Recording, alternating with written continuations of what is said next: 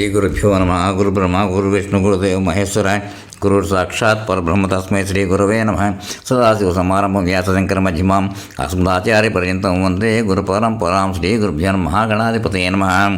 ఈరోజు మీరాబాయి ఒక భక్తురాలు, కృష్ణ భక్తురాలు అనమాట. ఆవిడ రాసినటువంటి కవయిత్రి కూడా ఆవిడ గాయకురాలు. ఆవిడ రాసినటువంటి అది ఒక భజన అదనమాట. పాయోజీ మైనే రామ్ రతన్ ధన్ పాయో అని, అంటే శ్యామను ఎదుర్కొంటే ఆవిడ శ్యామ అంటే వీళ్ళ తర్వాత రామ్ అని చెప్పారు. అది రాజస్థాన్ దాంట్లో ఉంది. అంటే చెప్తాను దీనికి 16వ శతాబ్ద కాలంలో ఉత్తర భారతదేశ హిందూ సాంప్రదాయంలో పేరొందిన భక్తురాలుగా తన జీవితాన్ని కొనసాగించింది. కృష్ణ భక్తురాలు ఆవిడ, ఆధ్యాత్మిక కవయిత్రి, గాయకురాలు. ఇతర పేర్లు మీరాబాయి. వ్యక్తిగత జననం 1498, కుర్కీ పాలి, అయోధ్య, జోధ్పూర్ జిల్లా, రాజస్థాన్లో. మరణం 1546 లేకపోతే 1547, ద్వారకా. మతం హిందూ. దీనికి ప్రసిద్ధి ఆధ్యాత్మిక వైష్ణవ కవయిత్రి.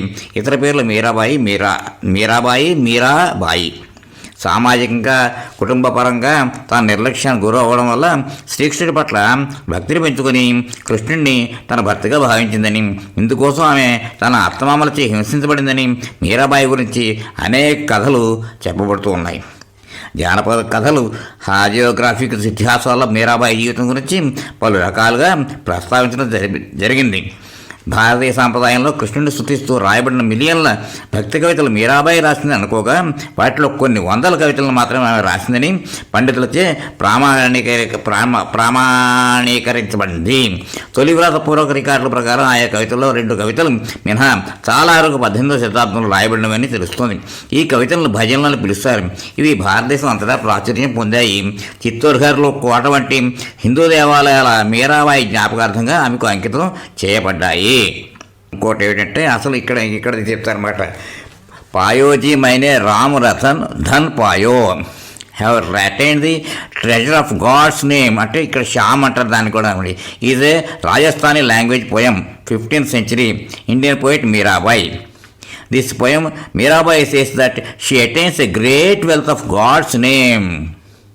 The poem was popularized by Indian singer D.V. Paluskar and later also by Lata Mangeshkar.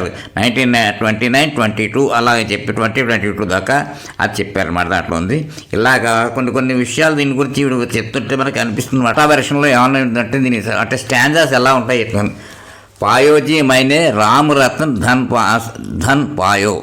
సాహిత్యం అంటే रतन धन पायो, राम रतन धन पायो. वस्तु अमूलिक तिल मेरा सतगुरु कृपा करी अपनाओ. पायो जी मैंने राम रतन धन पायो. जन्म जन्म की पूंजी पाल जग में से सखो आयो. पायोजी मैंने राम रतन. అలాగే కర్తన కోయి చోర్ నాలుటై దిన్ బాదత వసవాయో. పాయోజీ మైనే రామ రతను ధను పాయో. సతికి కేవతియా సద్గురు భవసాగర తరవాయో. పాయోజీ మైనే राम रतन धन पायो. मीरा के प्रभु गिरधर नगर हर्ष गायो. पायो जी मैंने రామ రతను ధను పాయో. ఇలాగా వస్తాయన్నమాట. 3 చరణాలు దీంట్లో ఉంటాయి. ఎంతో బ్రహ్మాండంగా ఉంటుంది. దాంట్లో ఆవిడ రామ్ బదులు శ్యామ్, ఎందుకంటే కృష్ణ భక్తురాలు కాబట్టి శ్యామ్. దాన్ని వీళ్ళు తర్వాత మార్చారని కొంతమంది అంటారు. ఇందులో ఏదైనా కానీ ఎంతో ప్రాచుర్యం పొందినటువంటి భజన ఇదనమాట. చాలామందికి పాపులర్ ఇది. ఇది నేను ఎలా నాకు తెలిసినట్టు అసలు యాక్చువల్లీ నేను నాసిక్ 1988లో వెళ్ళాను ప్రమోషన్ మీద అనమాట. 1990 తర్వాత ఒక ఫ్లాట్ కొనుక్కున్నాం. అక్కడ దాంట్లో ఉండగా కుల్కర్ణి అని చెప్పి ఒక ఆయన ప్రైవేట్ కంపెనీలో పనిచేసేవాడు. ఆయన తబలా వాయిస్తాడు. మా దాంట్లో వచ్చి చూసుకుంటే అతనే పరిచయం చేసుకున్నాడు. సార్ ఇలాగంటే సరే మా స్టూడెంట్స్ వచ్చి ప్రోగ్రామ్స్ ఉంటే చెప్తూ ఉంటాను అంటే పాపం ఇంటికి వచ్చేసేవాడు.